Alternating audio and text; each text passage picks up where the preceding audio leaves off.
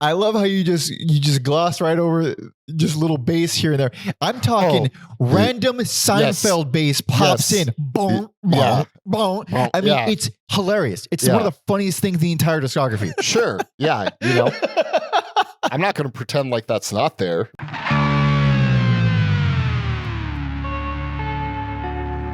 Welcome to Every Album Ever with Mike and Alex, a podcast where we listen to every single album in the world, whether we like it or not.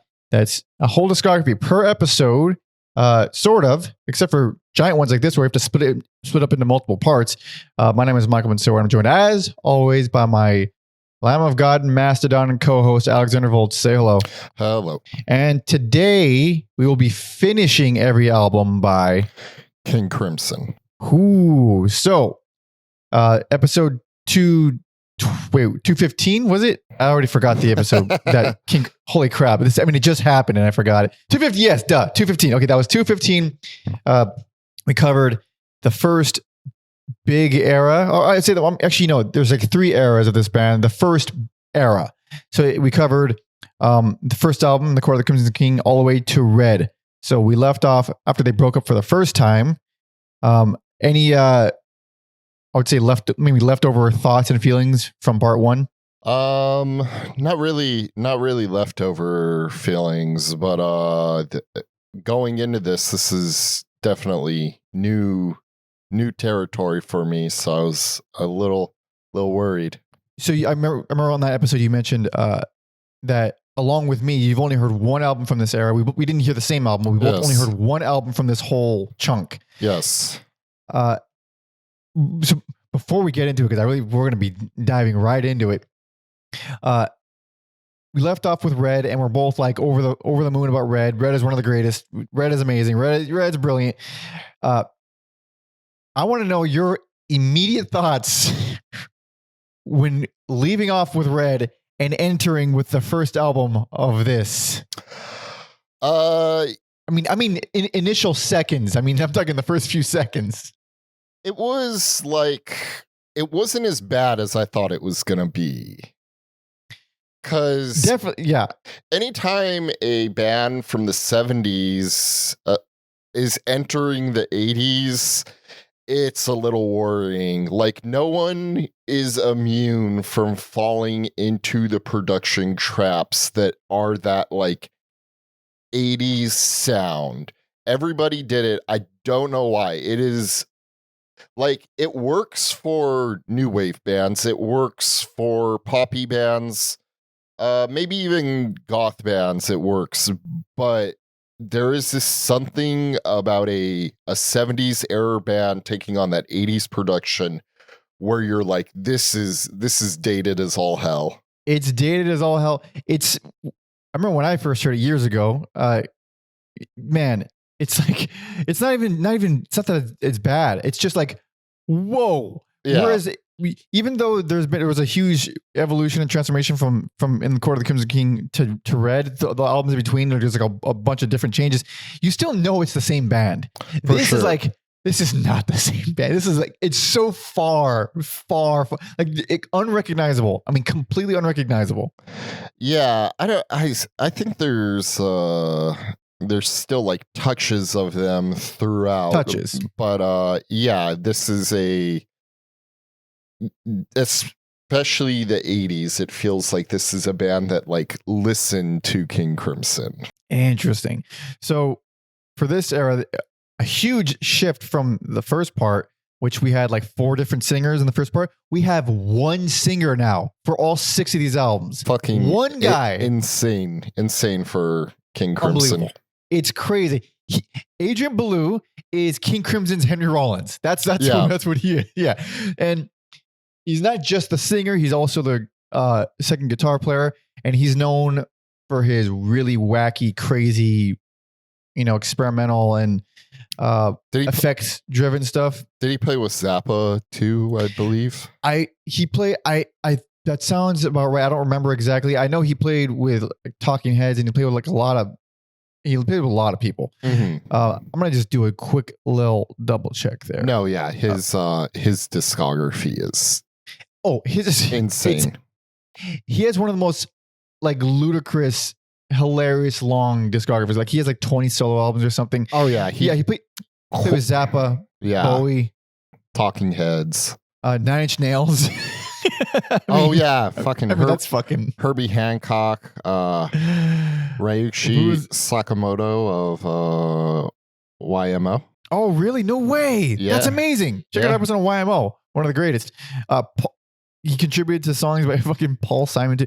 Like he's been around. I remember when I'd perform my solo in LA, like the old timers would always compare me to Adrian Belew, and it's like I use one pedal, like that doesn't really make much sense, but whatever, you draw the comparisons, whatever. People would say I sound like Tool. I don't sound like Tool. You just know Tool, and you know that's proggy. Therefore, I sound like Tool. Same with Belew and old people or something. But so he's a really interesting guy. He's got a cool voice. At least at first, he really doesn't sound like, we were saying in part one, like, oh, they managed to find a bunch of singers that sound like the same guy. Yeah. He doesn't sound like the same guy. He sounds like his own man. Okay. Yeah. We have some notes here from our history guy, Tom Osman, who you should all go support and follow. We have notes taken directly from, what is it called? DGM Live, Discipline Global Mobile, which is the label that Robert Fripp founded along with David Singleton. So straight from the horse's mouth, some of this information. And yeah, this is so now that we've heard every single King Crimson album, I went into this whole band because I'd only heard 3 albums prior to these episodes, 3 albums total. And having heard them all, I had this assumption like that it'd be a lot of pretentious, annoying, dicking around, boring experimental. By the end of it, I have so much love and respect for Robert Fripp. Like, the way he's managed to stay interesting over decades. These are good albums. I mean, I don't think all of them are like super great. There's one that I particularly think is bad. Sure, but I was surprised at how good some of these are. Yeah, despite the Daryl's House appearance, you still love him. Despite that, and that is a death sentence for damn near anybody. Also, plug for the Patreon. We covered Daryl Hall's was Sacred Songs. Which is an album featuring Robert Fripp, and exactly. And I've gone back to that album since. It's great. Super great album. So good. Good. I had no idea that it's like so random. It's like, I don't know, like a pop star doing something with like Buzz Osborne or something. Probably not. But like in terms of like jarring, like it is pretty nutty. It is pretty nutty. So where we left off was they broke up after Red was released. Robert Fripp released his first solo album in 1979. This is from the website. It says, anyone at the time of its release expecting it to be an extension of King Crimson was in for a shock, a kind of stream of conscious musical autobiography. It was later described by The Wire as the Sgt. Pepper of avant punk. Nick Kent, during the course of a rave review in the Enemy said, "Exposure," which is the name of the album, by the way. "Exposure isn't just a title; it's what the record demands." And it was reissued in 2006. And in 1980, he released another solo album called, called "God Save the Queen" and "Under Heavy Manners," and the side one was, I imagine, the stuff I would hate, which is pure Frippertronics, because that's what he's called. Frippertronics. It's all just a bunch of Frippertronics. Side 2 features a bassist, Bussa Cherry Jones, at Paul Duskin on drums, and David Byrne from Talking Heads. He guests on Under Heavy Manners. So it was a single 2-sided thing. I said it was an album. I don't know. I mean, it is an album, but I think it's just a one side, side 1, side 2, but they're long. I think that's what I'm trying to say. Anyway, that leads directly into the reunion. So we got Adrian Belew now on guitar and vocals. So not just guitar and vocals, but guitar synthesizer. The Mellotrons are gone for a while. Now we got the Roland GR300 guitar synthesizer. Does that scream 80s or does it scream 80s? It does. Outside of that and like an 808 drum machine. Yeah. So we got both Adrian and Robert playing those as well as guitar. We got Tony Levin on bass and Chapman stick, and Bill Bruford is still here. He's still kicking. He's gonna be with them for a while. I didn't realize how long Neither Bill did Bruford I. was in this band. Also, like, I think Tony Levin's like from here into like outside of Fripp, like he has to be the longest, most consistent member of King Crimson, right? Yeah, pretty much. From this point on, he's like, there was one stint where he wasn't there in the early 2000s, but even until now, he's still with them. Yeah. So that is pretty cool. Adrian Belew, on the other hand, even though he's on all these albums, I don't think he's still playing with them today. I think they have a different singer. Yeah, might as well jump into it. We're going to be covering the remaining 6 albums today. First one came out in the lovely, wonderful, not at all dated year of 1981, and the last in the also not at all dated 2003. And there was one breakup in between there. Yeah. Are you ready? I'm ready. We have quite a bit to take care of. Indeed. This is 1981's Discipline.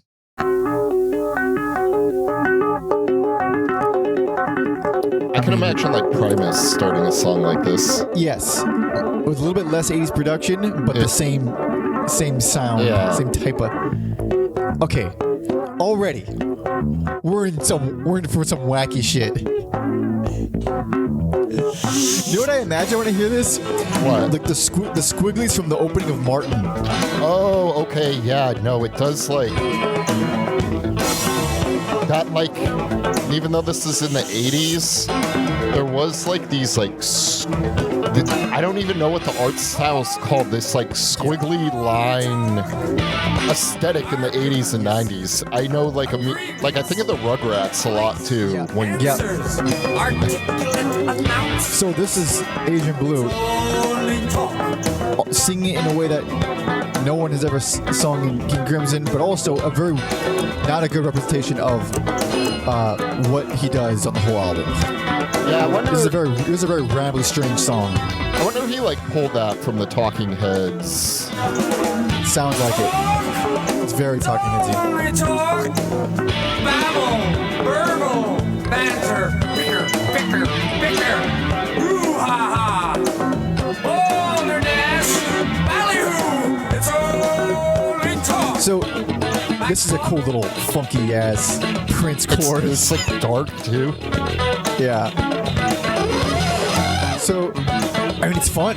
It's super dorky and kind of silly, but it's fun. So, it's a very strange opener that is not good representation of what the rest of the album sounds like. But what were your feelings immediately going into this? I don't hate it. It's not why I listen to King Crimson, but it's very listenable. It's unique and different enough that there's stuff I can latch onto. I'm not bored. I'm not rolling my eyes the way I will at other albums. So like it's not although I guess now, it's an older album, but I've never like ventured into this era King Crimson, so it's not what like classic era fans probably want, but if you're like kind of down for this like weird 80s album, it's not that bad. I will say that I am down for the weird 80s albums best. Oh wow. And yeah, and this is the one I heard before going in this, and I already liked it. I like it more now. Nice. This has kind of been on semi-rotation for a while. I honestly like listening to this album while also only having heard, In the Court of the Crimson King and read, it's like, okay, this one stinks compared to those two. But it's like, if you just take it as it is, if you accept it for what it is and look at it isolated, it's a shockingly consistent album. And even though I like other albums on here in this chunk of album in this era, this is the only one where I like every song. I think it has great pacing beginning to end. It's succinct, it's short, and every song is unique. It just tackles all the things. It gets in and gets out. It's very goofy and silly. The production is hilariously dated, but the songwriting is sound. Good ass songwriting. Damn, I'm not mad at this pick. I'm just surprised. It is extremely 80s. So the following track, Frame by Frame, is an all-time favorite King Crimson song of mine. I love that song. Because that one, the production gets to me. It's very like clean, polished 80s production. But yeah, the bass playing on that is so enjoyable. So nice. Also, a thing about this album that I've always felt, and I feel just as much now as then, this is like King Crimson's Africa by Toto album. Like, honestly, the polyrhythms are over the top. Every song has every song has that dorky bullshit. I mean, it's ridiculous. Yeah. For sure. You know what song kind of like grew on me on repeated listens? Like at first I wasn't feeling it, but Mata Kudasai? Like I'm like, okay, whatever. It's this light, loungy jazz thing, but I'm like, you know what? It does kind of have like this cool, like cowboy bebop aesthetic to it. Oh, I didn't even think of that. Like I can imagine that being played in an episode of like Cowboy Bebop. So I think that kind of like helped me, like, I don't know, like I was able to place it in a setting and it made more sense to me. Oh, it's interesting. There's something about that song where the cleanness of it can be really off-putting. Mm-hmm. Like, because it does just, especially if you're just hearing it for the first time, you hear these clean guitars, and it's the whole album. By the way, there's no distortion on like the first 3 albums here. There's like no distortion. It's very, very clean. And that song, it feels a little like almost nauseatingly clean, where it's just so immaculate, so perfect. Everything is so in time, but the melodies are nice. The vocal lines are really well done, and it's a huge contrast to Frame by Frame, which comes before it, and then Indiscipline, which comes after it. It's a nice little ballad in the middle there.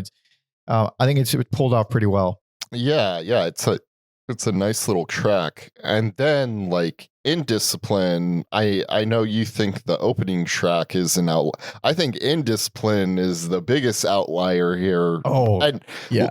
Like not even in a bad way. It is like the darkest thing on here. It goes so hard, especially after having this loungy jazz feel to it. It's great.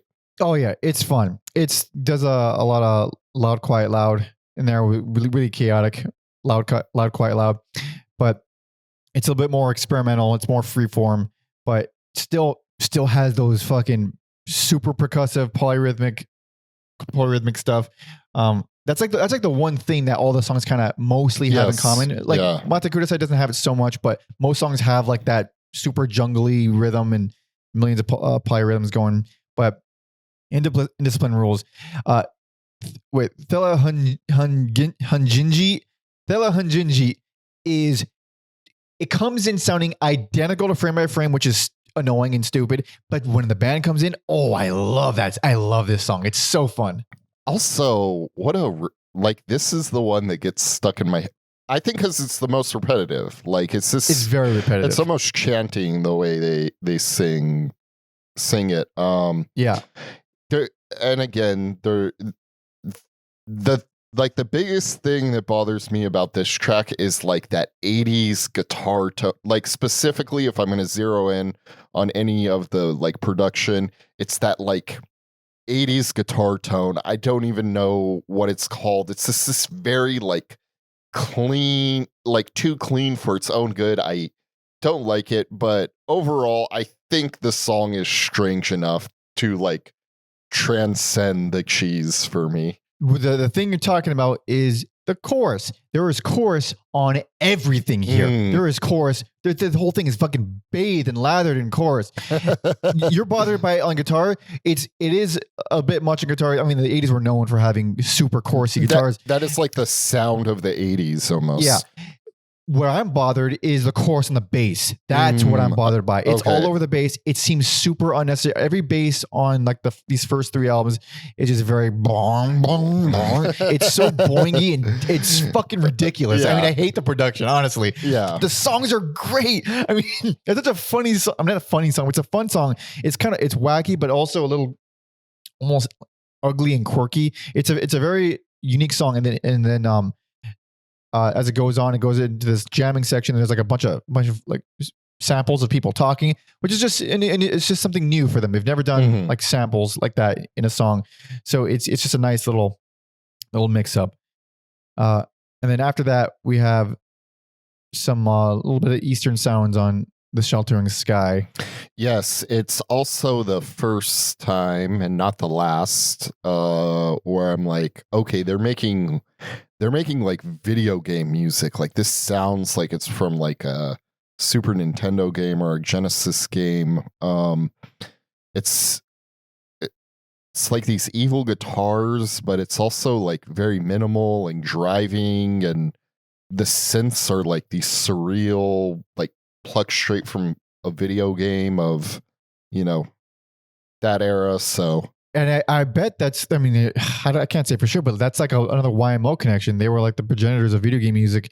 And I kind of forgot to say that, like, we had the YMO connection with the Adrian Belew, and this is the closest, like, King Crimson gets to sounding like in a weird way, this is their YMO album. Yeah, which is probably why it's my best. I'm giving it best. Like, it's weird. It doesn't, I guess, like certain eras, not like bar for bar YMO, but I think savvy fans could pick up the similarities. Yeah.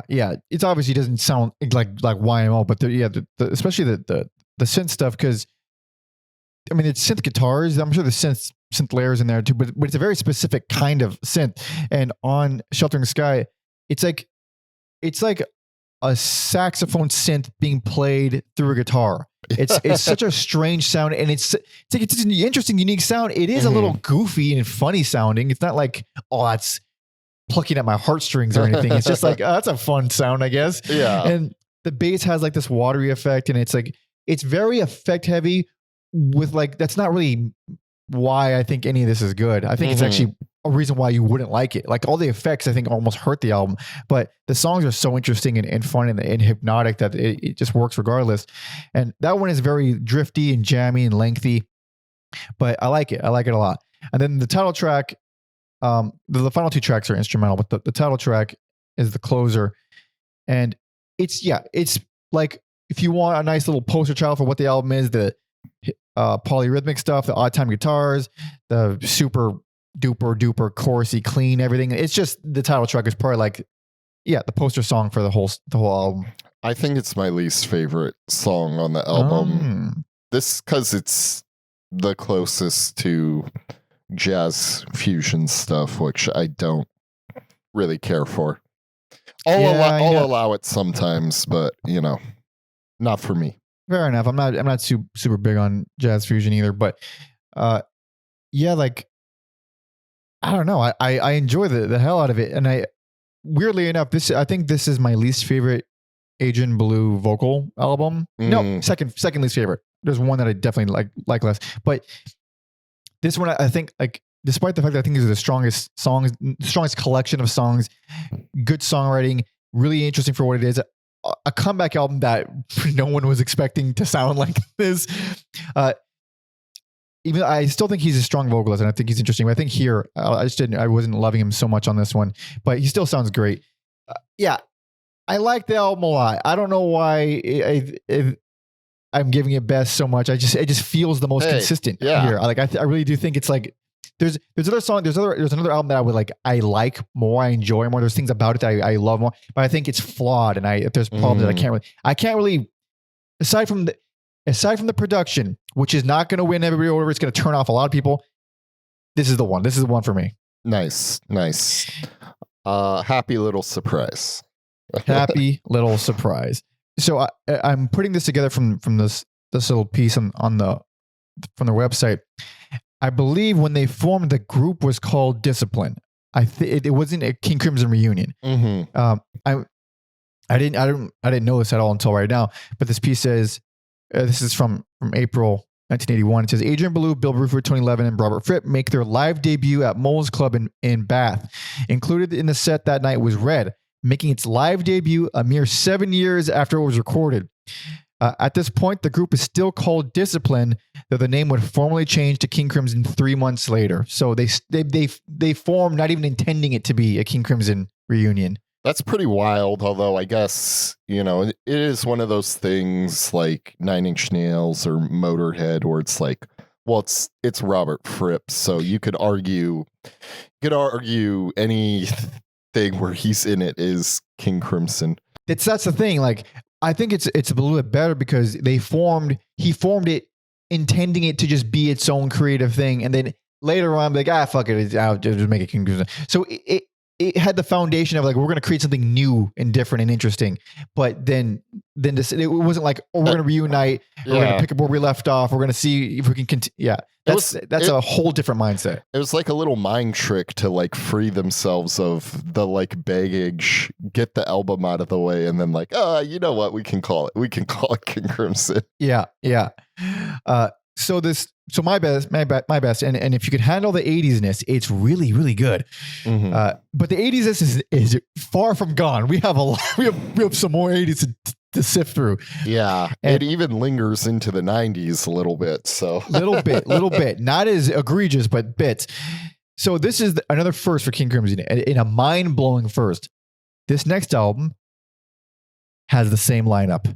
Oh shit! Guess what, Alex? What? The album after that has the same lineup. Damn, 3 in a row. Crazy.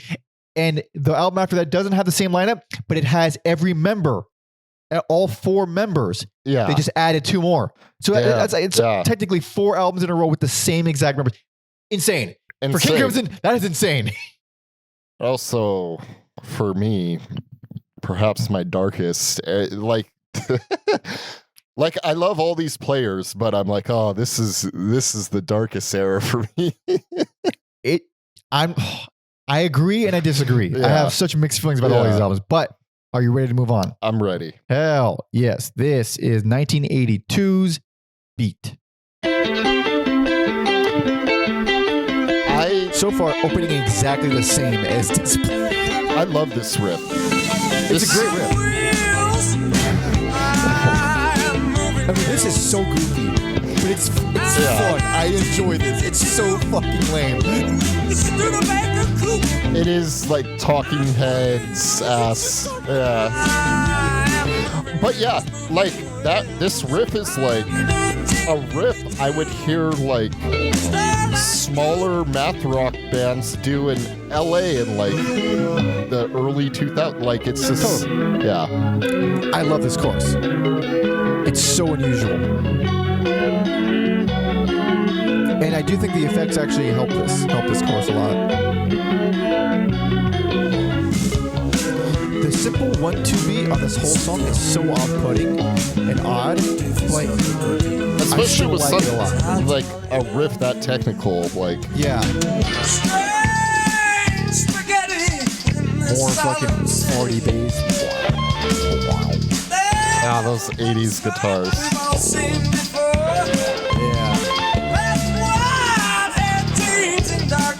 And he's pulling up a lot of Daryl Hall in this. Should have put Daryl Hall in King Crimson. Over singing on everything. So that is a cool opener. I do enjoy that opener. I'm gonna give this one Worsley's favorite. If it wasn't for something that caught me off guard with how much I was disappointed by, this would have gotten least favorite for me. Yeah. I'm okay with this album. I don't love this album, but there are things I enjoy about it. I think it's, whereas Discipline was like, oh, this is actually good. Shockingly good despite all this. This is like, you're cutting it real close, buddy. Yeah. That's how I felt with Discipline. We're like, I'll allow it, but you're cutting it real close. Okay. And then this one like jumps the shark for me. There are other flawed albums we're going to talk about, and I think I kind of know where you're leaning now. But I can't get over like this. The production does me. The production does me. There it is. It broke, that's the straw that broke Alex's back. There's too much stuff on here where I'm like, oh, you're doing. I don't know how world music ended up with the term world music because if this shitty white people play it, I like rarely hear like. I hate it. Honestly, I hate it. The original, I hate when white people do. I hate it all. I can't stand world music. Yeah. So that like the word. When I say world music, whatever the worst sound, that's what it is. And then it's just like. Man, like there's just times where I'm like, oh, it's like too similar to like Phil Collins or Bad Police songs. So you're not super off with that. I mean, it is really that. I find. I mean, it was the era. Like those two band or artists were definitely dominating. Yeah. And it's both in England. But the only things that keep it a touch above those for me is. Honestly, the riffs, the odd time riffs, the odd time stuff does get like you get used to it after a while. Like after, especially in the later albums, like we get it. Robert Fripp does these odd time crazy riffs, but it keeps these songs from turning into bland 80s trash for me. Like I find them to be.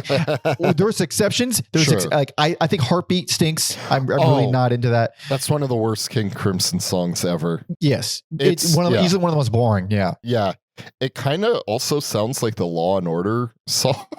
Oh man, that's rough. Like that. Yeah. That guitar tone I'm talking about. It's the fucking Law and Order. Yeah. It's the Law and Order guitar. Yeah, that's true. Man, is it 80s sounding. It fucking sucks. Yeah. Like, honestly, I don't even think it's that terrible, but I mean, compared to what we're used to, it is terrible when you compare it. And my other least favorite song is Requiem, the closer. I was so bored by it. I mean, it's mostly dicking around, but it's like I was never a fan of the King Crimson dicking around songs. I've never been a fan. But this is like 80s clean dicking around, so it's even weirder, or even weirder in a more boring way for me. Yeah, it's definitely a track with some more dirt on it compared to other ones. Like the guitar solo is kind of fuzzy, and it does have like free jazz elements to it. I honestly don't find it as boring as like stuff like Providence, where it's like so minimal, it's practically nothing. Yeah. At least there's things happening here. I'm not getting as bored, but it still doesn't do it for me. I think it's a pretty weak closer. But some of the other stuff here. So I get giving this worse, but I don't get not loving Neurotica in the Howler. I will give it up for Neurotica, not so much Howler. Oh, Neurotica rules, dude. Neurotica is proto Black Midi. Like, yeah, those are Gordy Greep ass. The way he's doing the vocals, I'm like, oh yeah, Gordy Greep. This like took that song and made it his thing. Absolutely. Plus with the super jazzy drums and everything, it's very Black Midi. That's some of like the best drum playing on the album. So I will give it up for Neurotica for sure. It is noticeably better than every song. It's like it really stands out. And then Two Hands, I get not liking Two Hands. I'm okay with it. Yeah. I like it. I think it's cool, but I get it's very emotional in the 80s. The pristine clean guitar with these little hand drums. I mean, I get it why it doesn't work for people, but I'm okay with it.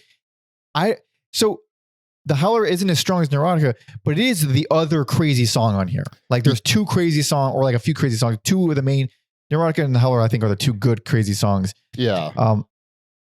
Really unsettling guitar lines here, very strange. And I find it to be manic. I like it. I agree with you with the guitar playing, but it does still have that stink of the production and those darker manic guitar playing, and then it does get like a little funky. I don't love it, but I guess I'm in agreement with you that it is one of the stronger ones. Yeah, this is an odd album because it sounds sonically, like a production standpoint, like the previous one, but it just takes things so extreme. It's like, okay, we're gonna be extremely 80s and mellow and easy, and we're gonna make it, and then we're gonna be extremely crazy and wild, and then it just sort of has this unevenness to it. Yeah, we did skip over my second favorite track. Oh, which one? Satori in Tangier. Oh, yes. Yes, it's just some dark synths. The bass is kind of off, but it's funky still. And then you have like these like wacky Middle Eastern synths, and like it's this very cool like choices. The choices they make in playing this song, I think. It's a cool song. I do like it. It also hits harder following Heartbeat, which was a little bit of a letdown. I also do like Waiting Man, which it feels the guitars feel very sci-fi on there. Really pretty riffs. It's a nice blend of floaty and groovy. I mean, it doesn't come close to. It's a fine song for this album. I think it doesn't come close to anything on Discipline, but I'm okay with it. But yeah, similar to the previous album, but very noticeably weaker and inconsistent. Discipline is way better. I have no issue saying that. Well, obviously, but yeah. The only reason I would like lump them in together is due to the close release schedule. Like, yeah, I mean, all three of these albums were released back to back almost. Yeah. So yeah, it feels like a lot of like carryover songs that didn't make it onto Discipline probably made it onto this, and therefore, yeah. So this from the website, it says the 9th King Crimson studio album, and surprisingly the first to feature a band lineup identical to that of the previous album, is released on June 18th, 1982. Loosely based around the writings of American author Jack Kerouac, it includes several tracks written while out on the road the previous year. Okay, so these were like written on the road. Which isn't always a bad thing, but... No, definitely not. But in this case, it's not a great thing, I guess, maybe. But it's Alex's worst and least favorite, but plenty more to get to. So you ready for the next one? I am ready. Hell yes. This is 1984's Three of a Perfect Pair.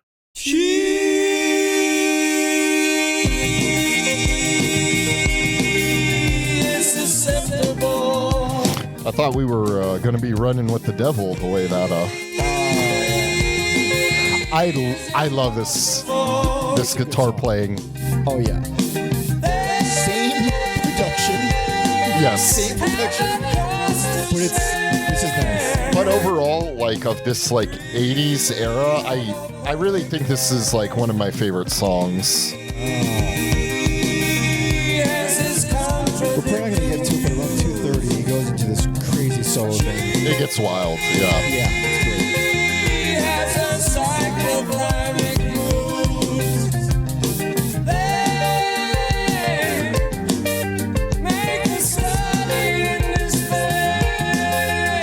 it's great.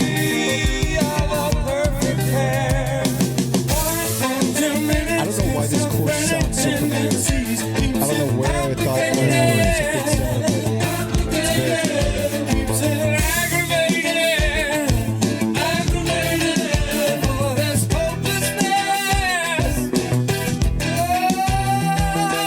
And there's just so much fucking production on this. It's crazy.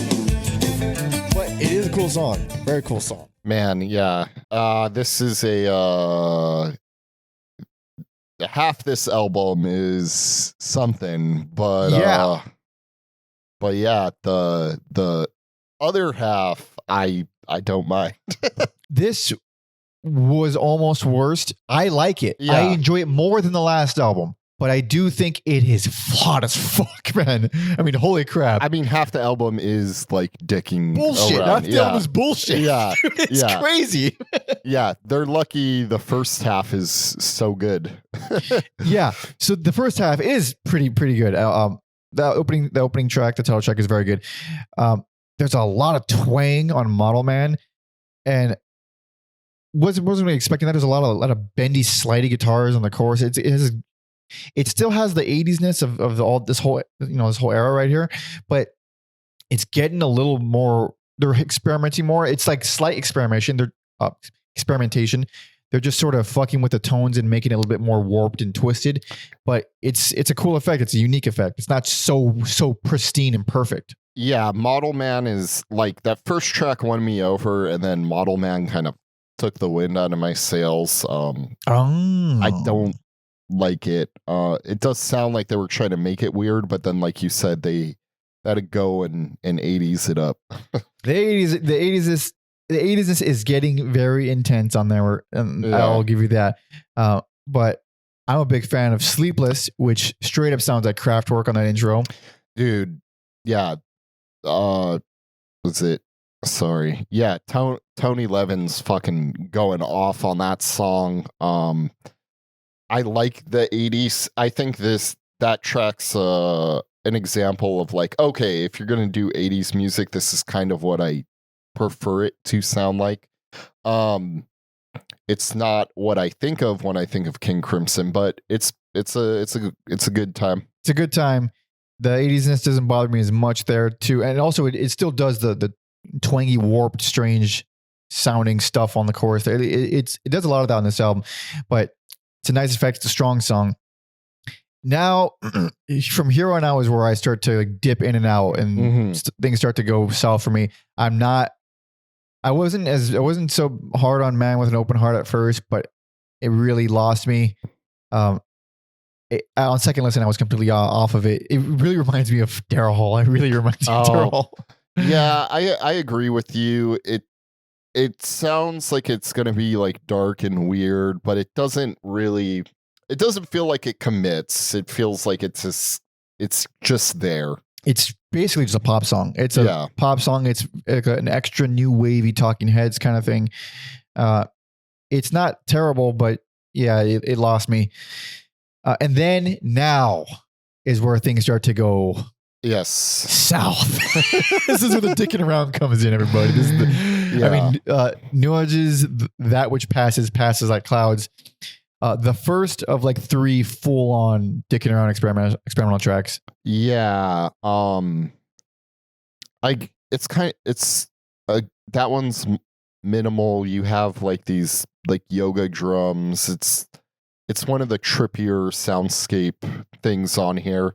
So and like when I was listening to it, I was like, oh, this is like a little interlude. We're gonna get like real songs after this, right? And no. If only. Yeah, no. Well, I guess there is one real song after, but yeah, so that goes on for how long does that track? That song goes on for almost 5 minutes. All right. Yeah. And then you think, okay, all right, we got through the instrumental song. What happens? We move on to industry, which is another 7-minute experimental song. Worse. It is so much worse. I would argue Industry sounds more like a score than like this like dicking around thing. Like the bass kind of pops in. You get these like drum fills here and there with these strings too, and it feels more like something that belongs on like a score for a movie than a like song, a quote unquote like proper song from a band. So it would fit in a movie, sure. And I love how you just gloss right over just little bass here and there. I'm talking random Seinfeld bass pops in. Boom, boom, boom. I mean, it's hilarious. It's one of the funniest things in the entire discography. It's insane. The song is fucking ridiculous. Sure. Yeah. You know, I'm not going to pretend like that's not there, but yeah. That one got it on first listen. I was like, all right, that's gonna be a no. And then on second listen, I was like, this is a hell no song. And then following that is Dig Me, which I'm okay with. It sounds like Fetus. I was like blown away to see like Gangstar sample this. For a remix though, so I haven't heard it. I need to like look it up. I'm like, out of all the like King Crimson things to sample, you pick Dig Me, so I'm interested to go and see what parts of that song they took. Yeah, that's definitely very interesting, very unexpected. It's a batshit song. It's one of the most batshit songs on the whole album. In terms of song. Yeah, it is. It gets very like nightmare sounding towards the end there. Yeah, plus it has like this indie riff like at 1:30. It goes all over the place. It's very interesting. Yeah. And then, yes, that's right. A third experimental bullshit track with no warning. Yeah. The back half of the album is just a fever dream. It's ambient noise with drum fills. Although I could art. It's so funny how I'm like, oh yeah, this back half has like problems, but I'm like figuring out ways to justify them. If you say No Warning is a drum solo song, all of a sudden that's a different beast right there. If you go into it knowing it is there to highlight the drums, it's a different song. It's better with that because the drums are impressive. They sound like artillery. It's very, very unique choices. I really like the drum. As a drummer, I get why drum solos aren't really a thing, because to normal people it just sounds like they're doing the same stuff over and over again. Drum solos can be so fun when they're like a song. When you hear like, oh, they wrote this part and they wrote this part. Like, yeah, I used to watch people just do drum solo because it was like, it's not just showing off. I think that's what people think of when they think of drum solo. It's like, oh, we're going to show off and do a bunch of fills. Like, no, it's like a song. It's like listening, like a drum circle. Like you're listening to a song. It's just no notes. I am shocked that one of like my favorite drum solos is Godsmack, the singer like plays drums. I'm sure people can look it up. I haven't watched it in a while, but I remember someone like showing me that. I was like, you know what? It was fun. It was good. Like, it's a good ass drum solo thing.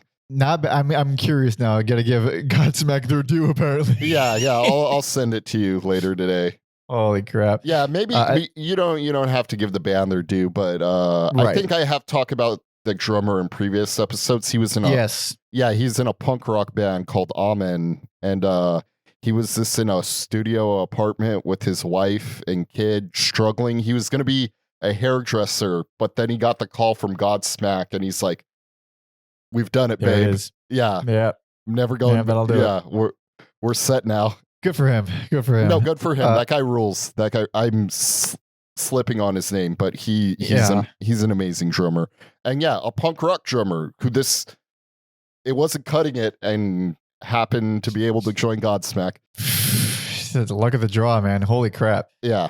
But we got to close with Lark's Tongues and Aspic Part 3. Yes. If we want to bring back my least favorite King Crimson album from the first part. This isn't even the final part. We get no part 4 and 5 later. I think is it going to 5 or does it just end at 4? I forget. I know, and I give Metallica stuff for writing Unforgiven 3, but Robert Fripp's out here doing like a 5-parters. yeah, and honestly, I actually like it. No, I like it. It's the dark 80s version of Lark's Tongue. Yeah, and it's one of the most like traditionally, I guess you could say traditionally prog rock sounding things that they've done on the first 3 albums, like total. Yeah, I said this album Horseshoes, where it starts off high for me, it goes down, and then it like ends on another high note. So like opening, closing tracks, fucking amazing. Skip everything else.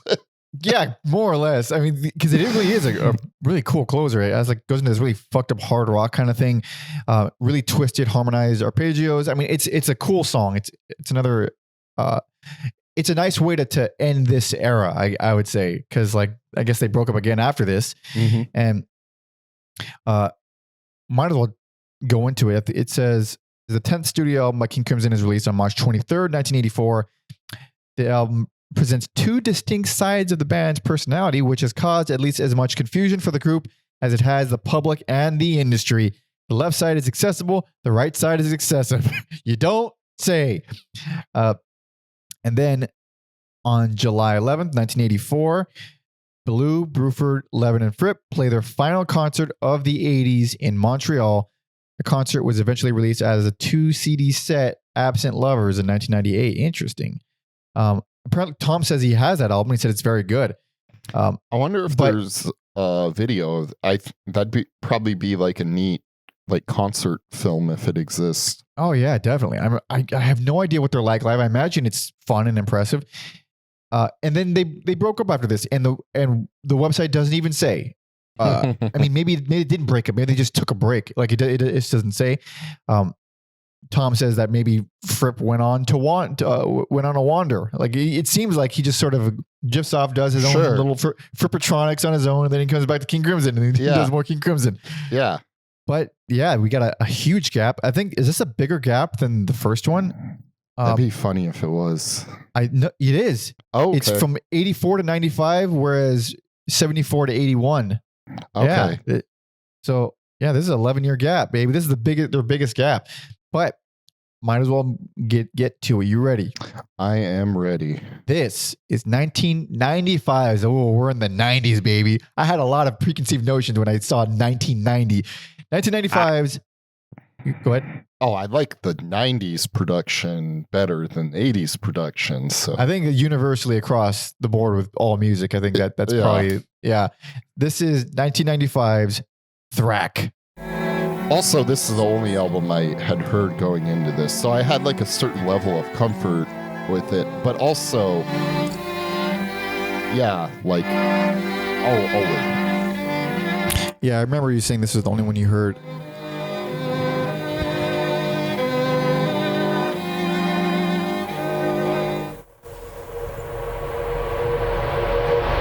So suspenseful.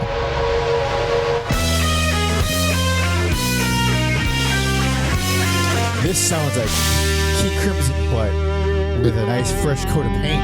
Yeah. Like, we're back. We're fucking back. I mean, this is a zany riff. It's like cartoon villain theme music. But that is kind of like Robert Fripp's signature style, I think. A little bit. Yeah, I mean, this feels like red, but not red. Yeah.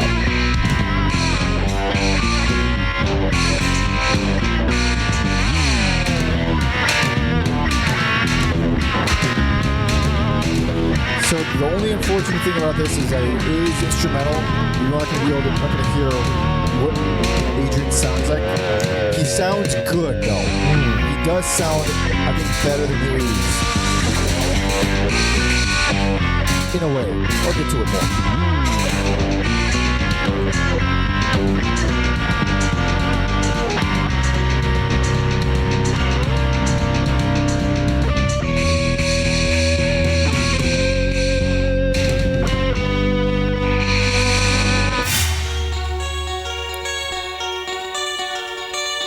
This is nice. Very Beatles-esque. It is kind of, yeah.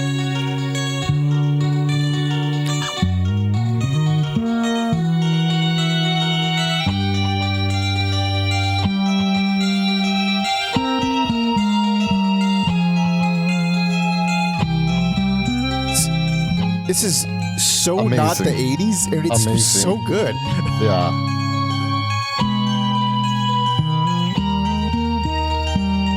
There's still, I forget what kind of bass that is, but it is fretless, which is why it sounds like that. It's not like there's a lot of effects on it. This is a certain departure. Yeah. Yeah, so like I remember like feeling adventurous one day and like listening to this and like I thought I'd love this album, or not love, but I thought I liked it more, but then re-listening to it, I'm like, it's a good album, but it does have some problems. I didn't like it as much as I thought I would. It's still good. I just, adjusted my expectations after listening to it. Personal favorite. Okay, nice. I do like this album a lot. I do agree that it has problems. Yeah. But I was so caught off guard with the songwriting here. Like, yeah, 90s. I'm expecting, really, for a band as adventurous as King Crimson, I was expecting a lot of dicking around, a lot of like huge swings with big misses. This is like, first of all, the production is like a huge breath of fresh air compared to all the 80s stuff. Yes, sir. It's chunky and heavy and full and balanced. And then the drums hit so hard, which they haven't hit hard in a while. Yes. And songs that, because they're not just, okay, they're not, even though it sounds more like classic King Crimson in a lot of areas, it's not just trying to be classic King Crimson. They're bringing on a little bit of modernity. And the thing that completely sold me, I mean, I was like, how is this good? And it's Dinosaur. I love Dinosaur. I was like, how the fuck is this song this good? It's so delightful. There should be more songs about dinosaurs. Yeah, and like you said, like the drums hit hard, like around 150. It's just boom. Like it is a very like delightful song until it isn't. I think it's all delightful. And also, well, I guess the fucking Mellotrons are back. The Mellotrons are back, and I couldn't be more happy about it. Oh shit. Okay. Yeah. Yeah. Robert Fripp playing the Mellotrons. Yeah. So the Mellotrons are back, so it has a little bit of. It's not even just the classic King Crimson-ness that I enjoy with the Mellotron. It's a nice quality to have in there. I like it so much more than just standard fucking air synths. Like I'm just, please, no more air synths. I can do without air synths for the rest of my life. And even though, it goes through this like experimental break around 3:30, which I think actually works because it can just throws a wrench in the whole song. But Adrian on here. He sounds on this album. I mean, he sounds suspiciously like Jeff Lynne. He doesn't really sound like anything how he used to sound. Yeah, you noted like kind of sounding Beatlesy. I think that's most apparent on Walking on Air. His vocals sound very much like John Lennon, specifically in like Beautiful Baby Boy, but they've or Beautiful Boy. I forget what it's called. You know, the song. Yeah. But yeah, they make it kind of like surreal and dreamy, and the drums kind of have this like odd tropical feel to them. Yeah, a little touch of the polyrhythm stuff from the previous albums, but in a very different context. Walking on Air totally nailed it with the sounding like John Lennon. That's the first thing I wrote down. I was like, okay, this sounds a lot like John Lennon. And then I thought like he also sounded like Jeff Lynne. And then, well, if you sound like Jeff Lynne, you sound like the beat. Pretty much. And then the other thing that I got was like, wait a minute, this is the first album where Adrian Belew now sounds like all the other King Crimson singers. Okay. He officially sounds like all the rest of them now. Like the first three in the 80s, he was his own style, his own thing. And now he just sounds like all the other ones, which is pretty crazy.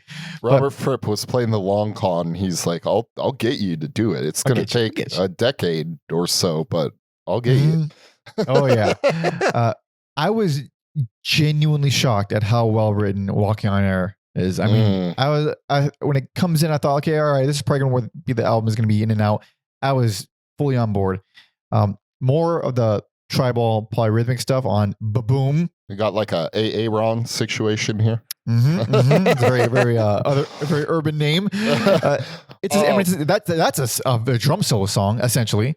Yes, I was going to say that. I love the way the drums sound on that. Like, I think where that other song I said is the drums are kind of mixed in a way where it's just, they're even with the rest of the things, but on here they're crisp, they hit, it feels good. Big ups to Ba-Boomin'. Indeed. I'm a big fan of the title track too. It brings back the evil marching into war Mellotrons. Yes, that it comes in like a ton of bricks. Again, bonkers drumming, bonkers riffs, insane bass lines. It shreds. King Crimson's not a traditional shredding band, but everyone's going off on the title track. Yeah, it's not a traditionally shredding band, but the riffs are basically shredding. Like so many of the riffs are just. I mean, it's so much of that, but it is fun as hell. So we have a lot of transition tracks here, and this is like where the album starts to get padded for me, and where I start to think it starts to hurt, because Radio 1 and Radio 2, I mean, the most unnecessary of unnecessary transition tracks. It's this ambient, like brief ambient noise. I mean, ambient of ambient. I mean, like nothing happens. Nothing happens. Both of them are so, it's just, okay, you just added like 2.5, 3 minutes to the album for no reason. And then Inner Garden 1 and 2. So Inner Garden 1 comes on and it's like, oh, this is beautiful. It's like super evil, but chilling and quiet, and it's brief, but it's very pretty. I was like, this is very nice. Inner Garden 2 is just the same fucking thing. It's like almost identical, which is crazy. Like so the first thing that comes to mind, another album that I love, it's Kill City by Iggy Pop and James Williamson, and it's a great album. They did like a remaster of it recently, and it sounds incredible. But on there, they have a song called Night Theme, which is this fucking beautiful interlude, instrumental interlude. It's such a nice little piece there. It's a great little contained piece. And then it ends side one with night theme. Side two opens with night theme. The same song, the same fucking thing. Yeah. So if you're listening to it streaming, you're just hearing the same song twice in a row. It fucking ruins the momentum so hard. That's what I feel about this. It's like, even though they're not back to back, it's the same song essentially twice on one album. I if it was titled Reprise, would you feel differently? No, because on the Iggy Pop album, it was called Night Theme Reprise. So that is why I don't feel any differently. If anything, you are nothing but consistent. Indeed. Yes. I found the most interesting thing about Inner Garden to be the like production. It's very similar to like I thought of like the Pantera song, like Cemetery Gates, like that 90s metal production when they're playing these like melodic dark parts, and then they go into like, and yeah, it is like, and I'm sure like Testament and other bands, or even like Dark Angel probably did similar things, but I think like, yeah, like it sounds like they're doing this dark melancholic riff, and then they're gonna like crank it up the same way like Cemetery Gates does. I wasn't actually expecting that. I'm just saying that as a point of reference for the like production style. Yeah, it's very crisp, very pristine. Yeah. And it follows it. Inner Garden 1 is followed by People, which is real funky. Real funky. That took me off because it's this darker, Inner Garden's darker, and then it's like, nope, we're wacky. We're wacky. Yeah, that it's not the best follow-up. I do like it, but I mean I actually do like the song a lot. I don't love it following like tonally. I probably don't love it so much. But I think it's satisfyingly heavy. I think it's pulled off pretty well. I think the section at 3:30 is awesome. The closing minute or two is amazing. I really enjoy that. But at 2:20, oh man, that is unintentionally funny to me. They do get wacky. I mean, King Crimson get fucking wacky. And I don't know how much of it is meant to be funny, but a lot of it is funny. Yeah. So I think it works overall. But it is jarring, and it is the first like hiccup in the pacing, I think. Aside from like Radio 1. Sure. Yeah, I think one time there's some problems there. It's like subdued the police music a little bit. I was kind of hoping that would just be like one part of the song, but it's pretty consistent. If you've heard minute one of the song, the end of the song ends the same way, pretty much. It's not meant to be a crazy song with all these different parts. It's pretty straightforward. It has, you got police from it. I got like Latin from it with the rhythm. It's a little bit more emotional. It's a little bit darker. It's very mellow. It's definitely not nearly as riveting as the other ones. I still think it's nice. I still enjoy it, but it is definitely not. It's not going to kick your ass the way any of the other ones do. But yeah, I was feeling kind of down here. And then after Inner Garden 2, though, Sex, Sleep, Eat, Drink, Dream, I'm like, okay, we're back again. And that's where I am off. I am off. From this point on, after one time, I'm like disappointed with the album. Like I lose after one time. Literally every track after that, I'm like, all right, it's just okay. Oh man, I disagree. I like Sex, Sleep, Eat, Drink, Dream. But the thing is, hold on, you're bothered by the funkiness of People. That one's the ultimate funky, corny, goofy. It is funny, but it also gets like chaotic for me. So I don't know. It's to my ears, not as cheesy. Wow.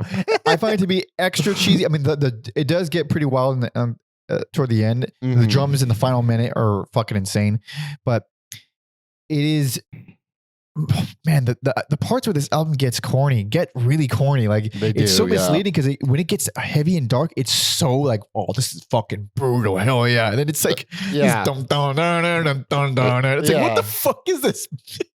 It's evil Stanford and Son music. Stanford and Son music. Yeah, for sure. Oh shit. And then this is where I start to get a little bit confused because Vroom Vroom comes on, and it's like a rewrite of Red. It's like a shittier Red. And I mean the construction of it. There's a point where the like the sections are the same. It's different notes, it's different riffs, but like where it'll go to this crescendo, and then the drums will hit just hit the crashes, and then bass will fucking let it ring, and then guitar is doing gung gung gung gung gung gung gung gung gung, and then the bass comes back in without the drums. It's like, wait, that's just how Red was written. It does all of that. It's like it took the skeleton of Red and just changed the riffs. I'll allow it. I find it to be distracting. It was just distracting, but the thing is, despite the fact that it feels like they just rewrote one of their own songs, if I liked the riffs more, I would also forgive it. I just don't like the riffs as much. I like them. I think it still hits hard, especially after so many mid songs. So a lot of interludes, a lot of unnecessary. There's a lot of fat on this album for sure. And then the closer I feel to be one of the most unnecessary tracks, which is Vroom Vroom Coda. It's just an outro, but it's an outro following a lengthy instrumental.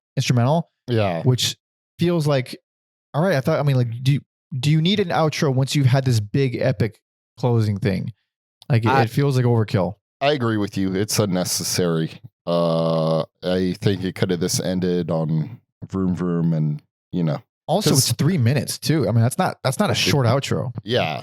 That's some like prime time dicking around.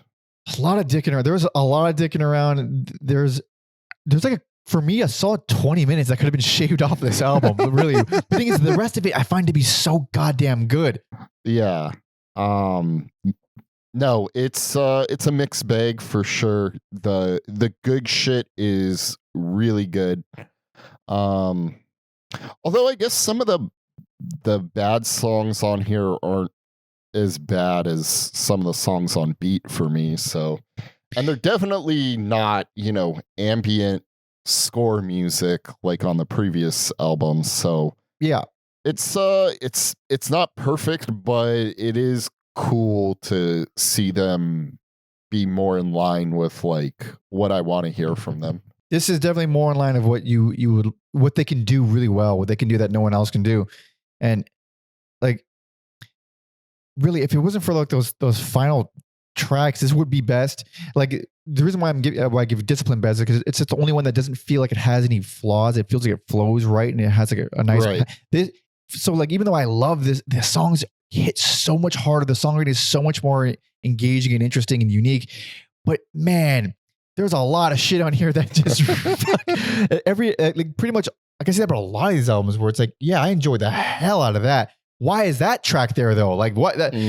But yeah, I mean, overall, I can still allow this to be my favorite because after I heard it, even though I really didn't enjoy the ending of it, I still wanted to hear it again. I still wanted to go back to the earlier tracks. Like, no, this is gonna be around on rotation for a while. I fucking loved it. Like the songs hear that rule so some of the best in their entire discography. It's crazy. I agree. Yeah. Hell yeah. So my personal favorite, and this album, I think what did they call this? I think they call this it's the double trio incarnation. At least from the website, it says that the double trio incarnation of King Crimson is born in the early 1990s, adding Pat Mescalado and Trey Gunn to the 1980s lineup and recording the albums of Vroom, THRAK, and THRAK Attack. In 1997, the band worked in smaller projects, eventually leading to the double duo of Robert Fripp, Adrian Belew, Trey Gunn, and Pat Mescalado. So it was another situation. They formed as the double trio, released these albums, and then became King Crimson. I think is that right? Well, no, they'd have to be King Crimson before they were released. Wait a minute. Because what the hell is it? Vroom and THRAK Attack? Because we didn't cover those. Those are those like EPs or live albums? I'm on THRAK Attack. It's THRAK Attack live albums. Yeah. So wait, Vroom it's an EP. Okay, it's an EP with a lot of overlapping songs, a couple It looks like one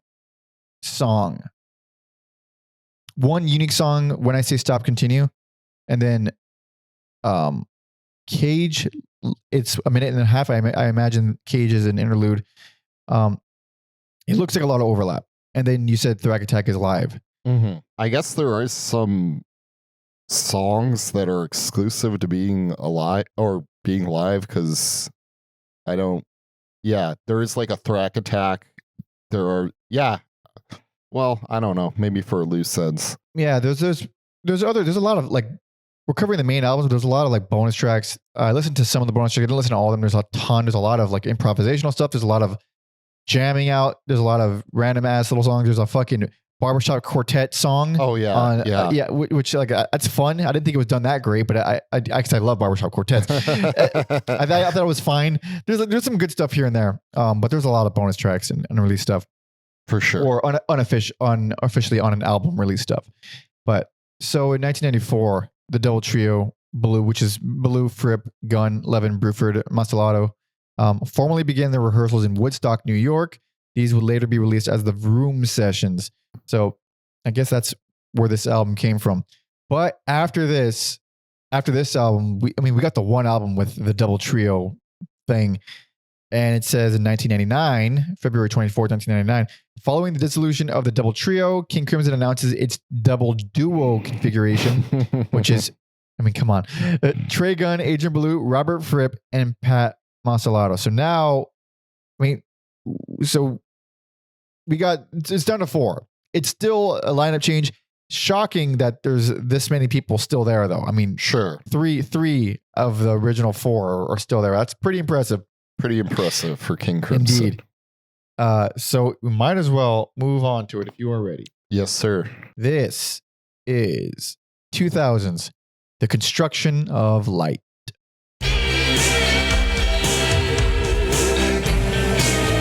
Now, I can already hear from those drums that they are not real drums. Or they are heavily enhanced drums. Apparently it was a whole hullabaloo. Yes, I believe so. And they George Lucas'd the album. Yes, they did. At first, I thought I was like, oh, they got some dude here. That's Adrian Belew, but they shifted his vocals. This turned into Tom Waits. Yep. And plus it's like a blues riff, so it sounds more like Tom Waits. I love that little guitar line. I don't like the rest of it so much. It's kind of funny in a great way. It is the funniest opener. Yeah. I can't get over these fucking vocals. Yeah.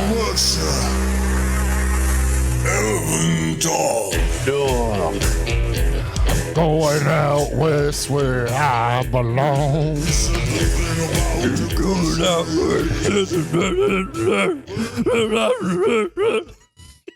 I like how your Scooby-Doo and your Tom Waits are just the same. He's basically Scooby-Doo. I'm gonna catch some flack for this. I don't fucking care. This is my best personal favorite. Wild. I think it's a good album. I think it's a flawed album like many others, but good.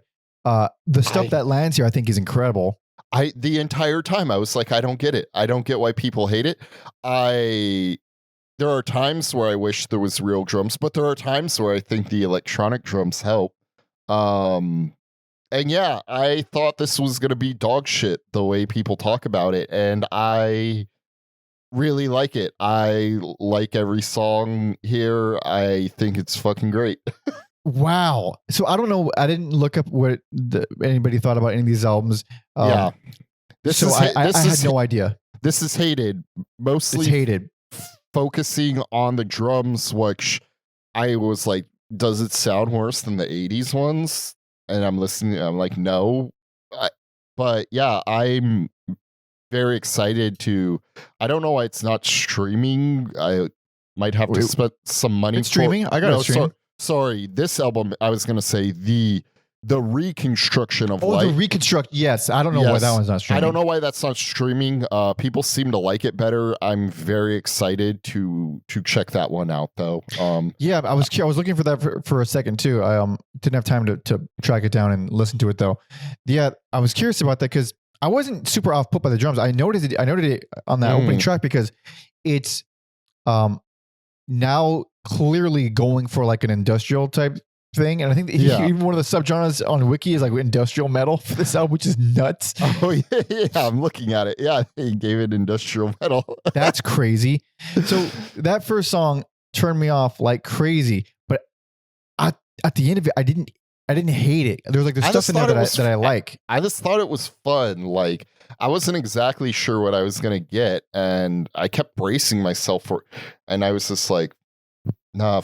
Also, like, I don't think you can say this is a bad album, and then when all they did was bring in acoustic drums, say, oh, it's a magically great album.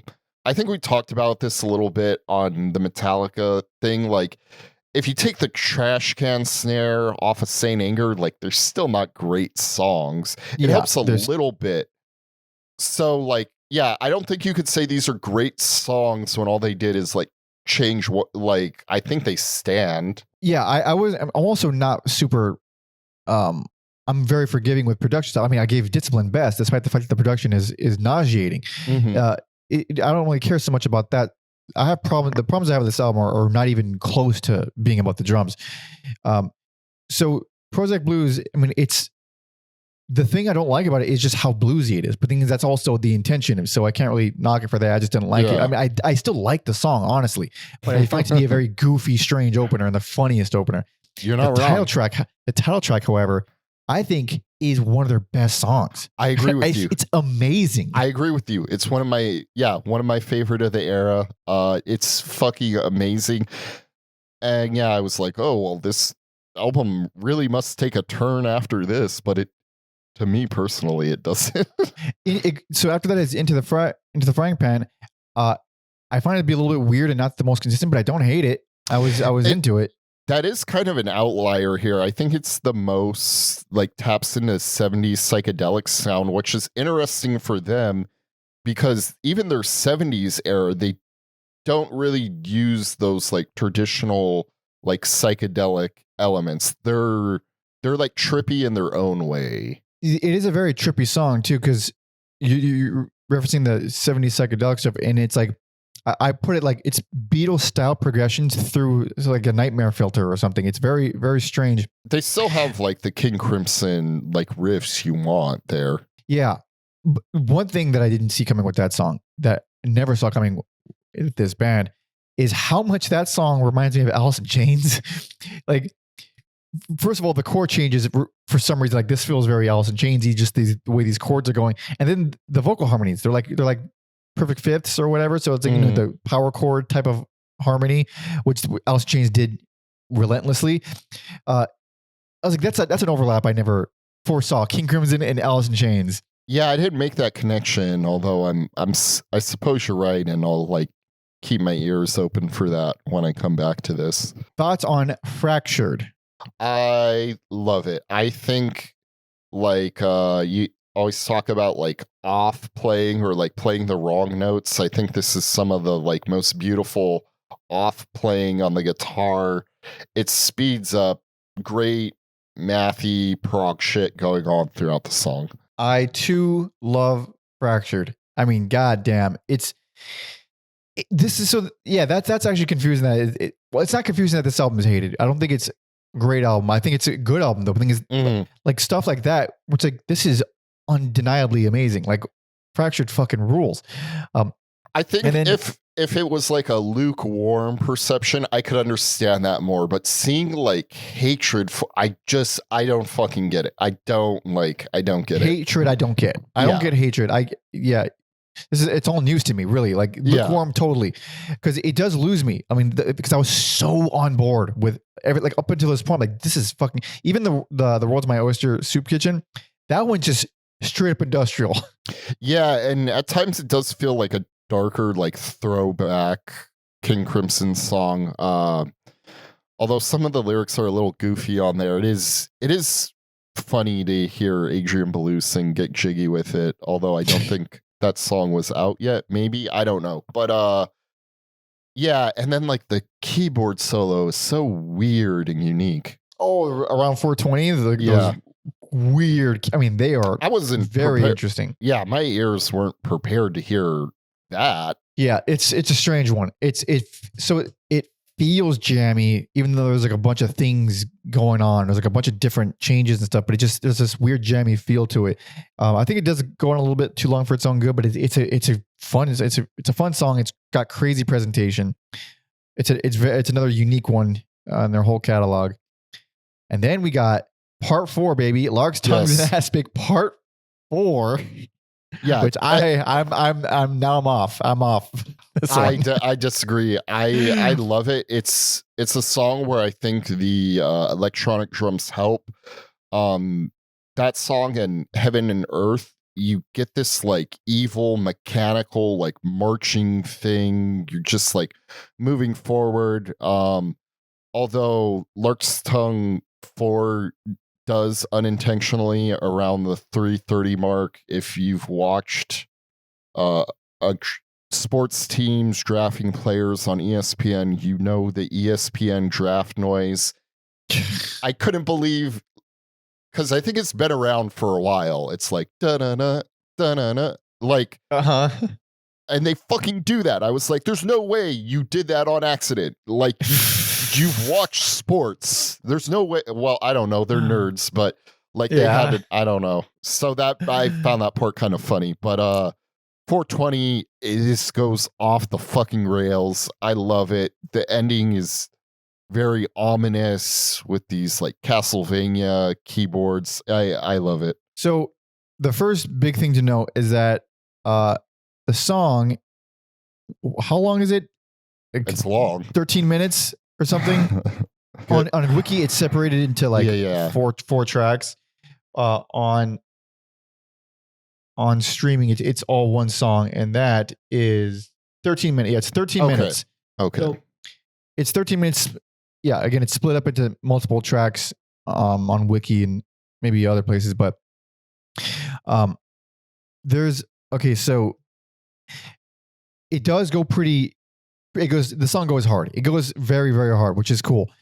At 5:15, the riff there, it is more than suspiciously close to Red, and I think it's that whole section.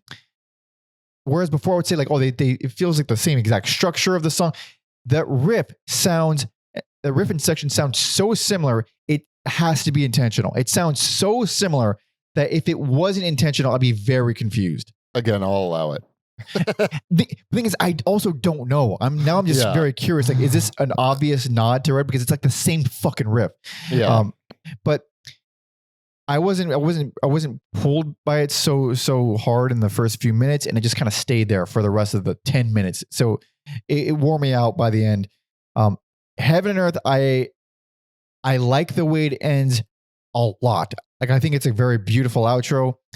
It takes 5 minutes to get there. The song is like 8 minutes.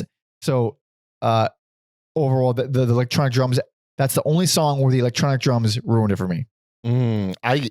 I don't know. I think there's something where I think they add to it. I think Lark's Tongue is perhaps the most industrial sounding, and it was like, I don't know. It's kind of cool. Like this like leaks into Heaven and Earth, and then by the time Heaven and Earth ends, it's like this different song. It does end as a different song. My problem with the electronic drums isn't so much the industrial stuff. It's the electronica sounding stuff, where it has like the fast, almost techno drums that kind of. It's mostly on the first part of the song.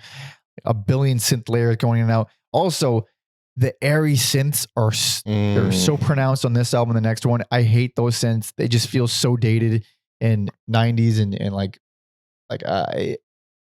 I'll take the 90s. Mellotrons were nice. Leave the Mellotrons. Yeah, I agree with the Mellotrons, but I'll take 90s datedness over 80s. 80s datedness. Yeah. Fair enough. I guess it's hated. I mean, holy crap. I would say in its own way underrated. You would say your best and personal favorite. Yeah, I wasn't expecting that, but honestly, I thought I was gonna go with what I know, which was THRAK, but or THRAK or whatever. THRAK, yeah. Yeah, I was caught off guard, and yeah, the fact that people love the reconstruction of Light, and if it's true, the only thing they changed was the drums. I just call bullshit on the hatred of this album. Like, yeah. So what if you heard it and not only was it better, but it was like light years better? That would you then accept it? Okay, I'm not prepared for that. That would present like an interesting dilemma. Yeah, it would be a moral dilemma there at that point. Because like I would give it up for being better, but I guess it still wouldn't diminish it. Like it wouldn't diminish this album for me, despite it being better. I don't know. I'll have to think about that. That's like, I don't know. That is kind of like brain breaking. Like, yeah. Someone told you like, hey, this is your favorite food. What if I told you there's something better? Would you still like that food? Probably would. Like, would you ever go back to it? That's the other thing too. If it was that much better, would you ever? Yeah. That is quite the dilemma. Yeah. Not really a question I don't think I've ever been faced with in life, really.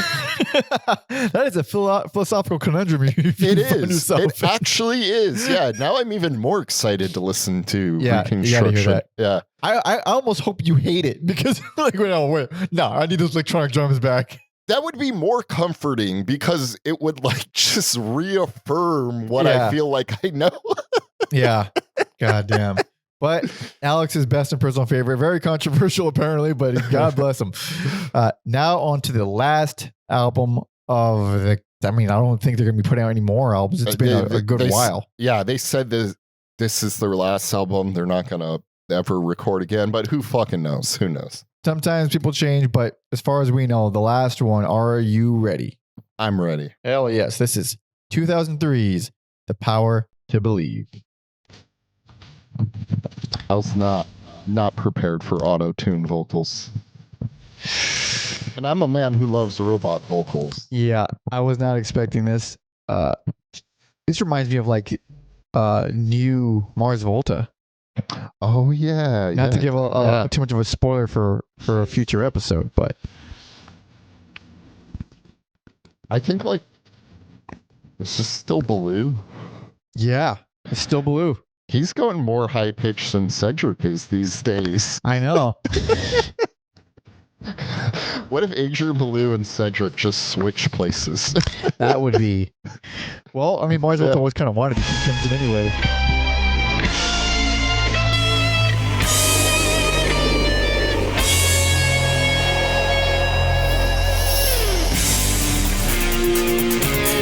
Fucking great main riff, but those drums. Dude, this sounds like video game music. Yeah. Straight out of Doom. I mean, not really, but it would be out of place. Oh, they're so snappy. Like this rips. It's a lot more the metal side than ever before. I love like old man Fripp is just like, this is what we do now. Yeah. Industrial metal, that's what we do now. Him and Danny Elfman should make an album. Oh god, that'd be amazing. That was It's two guys in their 70s just serving it up. Yeah. Yep.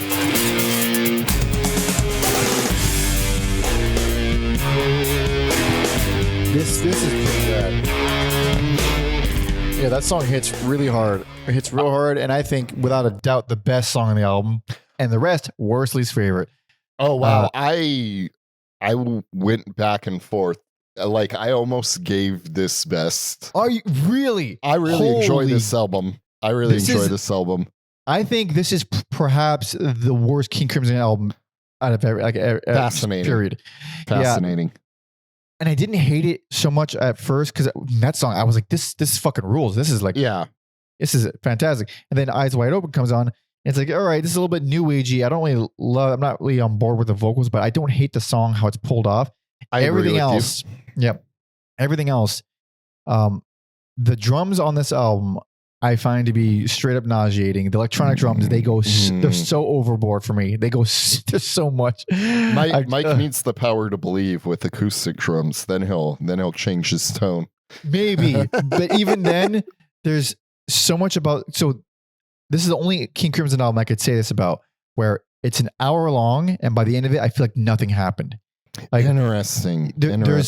It's the only King Crimson album that I feel is truly feels undeveloped and unfinished. Like the songs are long, the songs do a bunch of things, but in the end, it's like, what even happened? There was no hook there. There's nothing that kept me there. The only song that does that is Level 5, the opener. Everything else, like it does all these things. It has like a bunch of cool little moments. It has like little great moments, but it's like a stew of things. It's not really like a meal. I don't know how else to make an analogy out of this. Yeah. You didn't get all your main courses. You just got like an appetizer. Yeah, it's like a bunch of little cool ideas inside a song that is overall not that well constructed or put together or that interesting, and it just does that over and over again. And then it'll do full on dicking around tracks that are way too long, like Power to Believe Part 2 is a really, really boring ass dicking around song. But at the very end, around 6 minutes, it's great.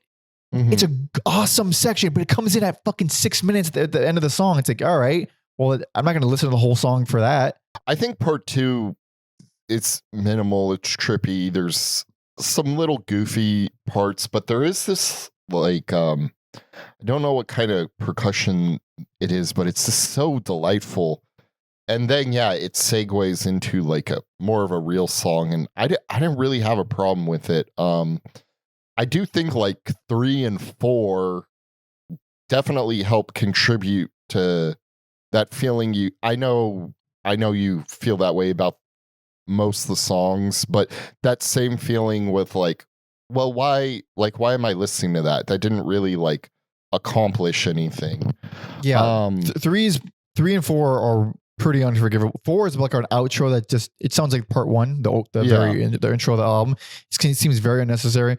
3 is like the most like, what the fuck are you doing, buddy?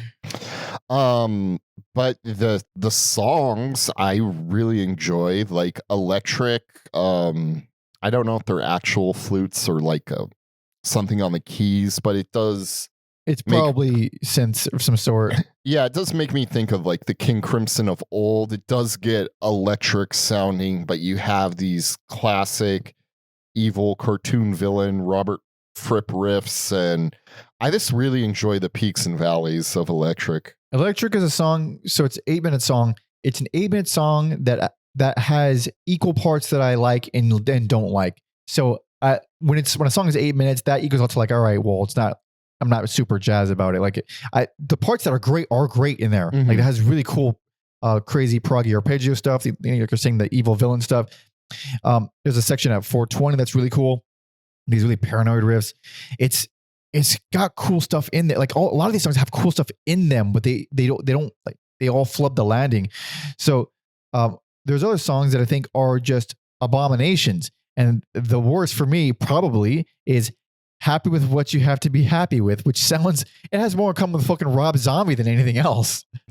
There is some new metal-esque production and execution on this album. I'm not going to lie. Particularly that song. I think that hits like a truck though. I get what they're doing with the lyrics.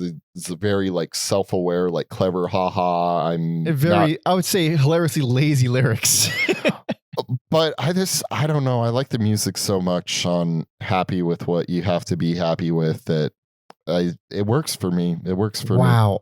I'm okay with that chorus thing where he's saying, happy with what you have to be happy with. It's a neat little almost I don't want to say sparks, but in a way, if Sparks was Sparks was like new metal. It is, yeah. The lyrics are Sparks, like in that same vein, very like self-aware and a wink and a nod, and hey, yeah. The verse, the lyrics in the verse are very much like, all right, we're gonna do some lyrics here, we're gonna do another verse here, we're gonna do he's just talking about where the song is going. Yeah, but I noticed that with like Adrian Belew's lyrics, he's very much the self-aware, breaking the fourth wall kind of lyricist, whereas all the other ones were like these fantasy lands and all of it. Yes. But what else do we got in here? So yeah, I could say the same about most songs. I could say the same thing about Dangerous Curves, where it's like, yeah, there's a really cool moments in here. There's really great moments. There's a cool little evil riff around 3 minutes in that feels really great. But then all the fucking electronic drums, the way it's just put together, you get these cool moments, and it goes back to all this weird shit that I'm just not really into. Yeah, it's the album is just all that for me. That song's about dating BBWs, right? I don't know, but it makes sense with the title. Very dangerous. I really like it. The riffs are like almost like these like Morse code riffs, like the way they're like a YYZ, if you will. And you have like these swelling keyboards, and then like the final 2 minutes, I really like the drum playing on the final 2 minutes. This really tight, cool drum beats going on there. I see. I will say Facts of Life is the other like venturing into new metal territory, but more like Faith No More than like angry new metal. Like I love me some Faith No More, but I hate me some Facts of Life. I mean, especially like the main course. There is something about that where I was like, yeah, I'm getting like Faith No More vibes. Oh, that's interesting, because there was the chorus specifically that ruined the song for me pretty much. But also, I think it's my least favorite Adrian Belew vocal performance is probably Facts of Life. You know what? I think that's fine. It's not like a home run for me. So yeah. Yeah. I'm just, and that's most of the big songs aside from like the dicking around title track parts. Yeah, it's like, I don't think it's a terrible album. I don't think it's that bad, but it's the only album where it feels like they were really messing around here. Like, especially with the previous two albums where we get these songs, these fucking epic things that hit hard, that go on a while, but you're not really getting fatigued. Like, how long was fucking the ConstruKction of Light, the song? It was like 8 minutes or 9 minutes, but it's like, yes, all 9 minutes. Fuck yes. Yeah. Whereas these are, it's like, oh, you get this cool moment and then a bunch of electronic shit. And honestly, the electronic elements here are I find even more offensive than all the 80s stuff. This is just where we disagree, because the airy synths, the house electronic drums, that kind of stuff, it does not go with me at all. I can't stand it. Yeah, the Enigma drums, no thanks. I can't do it. Love some Enigma. Enigma. Was that on purpose? I'm a little congested, so no. Okay, no. Yeah. It wasn't. I thought it was on purpose. Yeah. But I guess if anything, I think even at their worst, you can never say King Crimson isn't trying.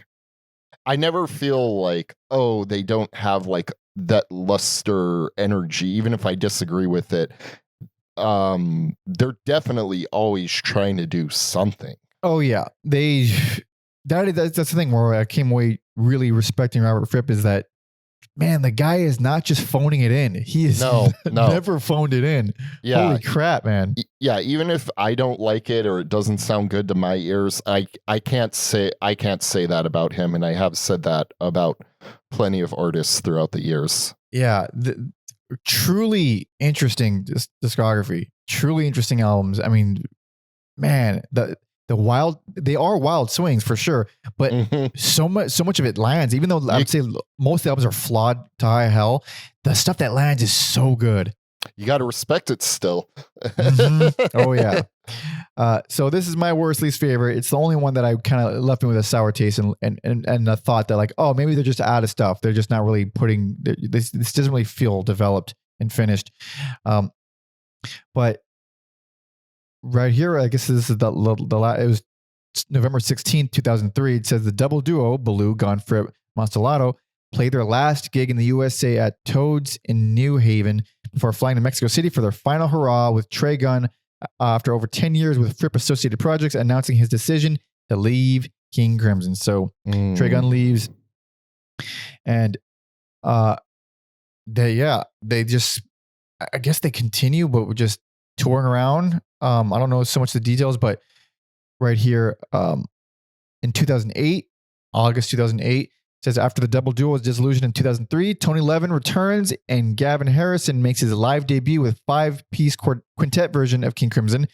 The group plays 11 dates in Nashville, Chicago, Philadelphia, and New York. And then in 2014, King Crimson returns to live performance with a 7-piece lineup and a different repertoire drawn from the history of the band, reimagined for 3 drummers. He's pulling the Boredoms. The Boredoms did that shit. Yeah, I have seen some videos of that. It's fucking impressive. Nice. Interesting. Mel Collins returns to the band, and Jocko Jasic, I have no idea how to pronounce, Jakszzyk. That stuff breaks my brain. That Probably fucking Slavic. Eastern European stuff. Yeah. He's now on guitar and vocals. So Belew's gone. We now got Jocko. And in 2019, the 50th anniversary of King Crimson is marked by tours of Europe and North and South America. Tom notes right here. He says, I remember they came to Prague on this tour while I was living there. I forget how much tickets were, but it was more than I was willing to pay. Yes. They've always been expensive. And then also when they were touring around like the early 2000s, I was like, do I really want to see that? I was still in like, I think my like purist phase where I was like had this idea of what I think bands should be, but I could go back in time, or if for some reason they tour again, and I'll go in a little bit of debt depending on the price. It would be a very fun show. Yeah, I remember even if they just play nothing but beat, I would go just to see it. Just to see it. I remember an old mutual friend of ours. We'll keep friends in quotation marks for this person, but he said that he went to see King Crimson, and that he saw this guy in front. The story always stuck with me because I'm not trying to shit on this particular person, but it made me like, why are you making fun of that? I find it charming.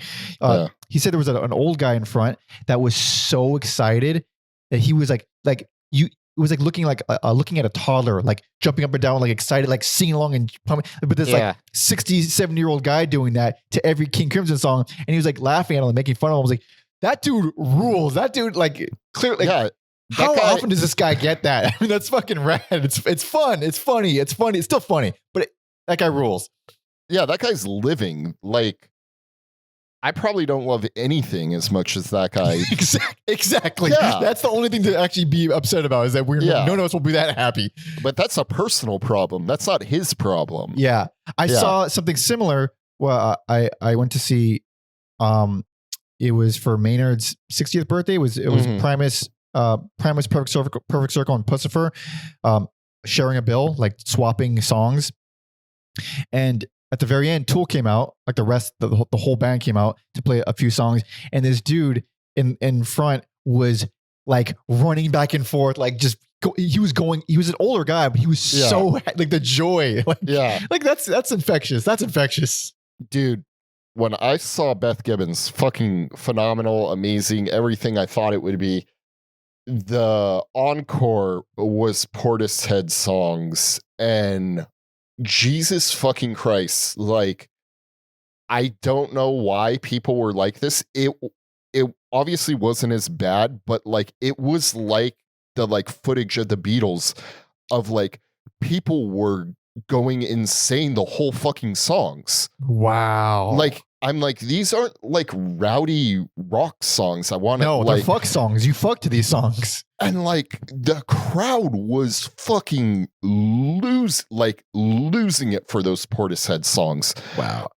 On one hand, it was like cool, but on the other hand, I was a little like annoyed because, you know, these aren't song, like if you're all singing along very loudly, that's one thing, but like these aren't really like I don't know, like Yeah. I'm excited for everybody, but also like I don't know, time and place. Yeah, they're not exactly a moshing band. Portishead is not like a scream your head off and freak out band. No, and yeah, it was just like, I mean, I would have just been content. That was my album of the year last year. I would have just been content with those fucking songs, but yeah. That's a pretty sweet treat to get some Portishead at the very end.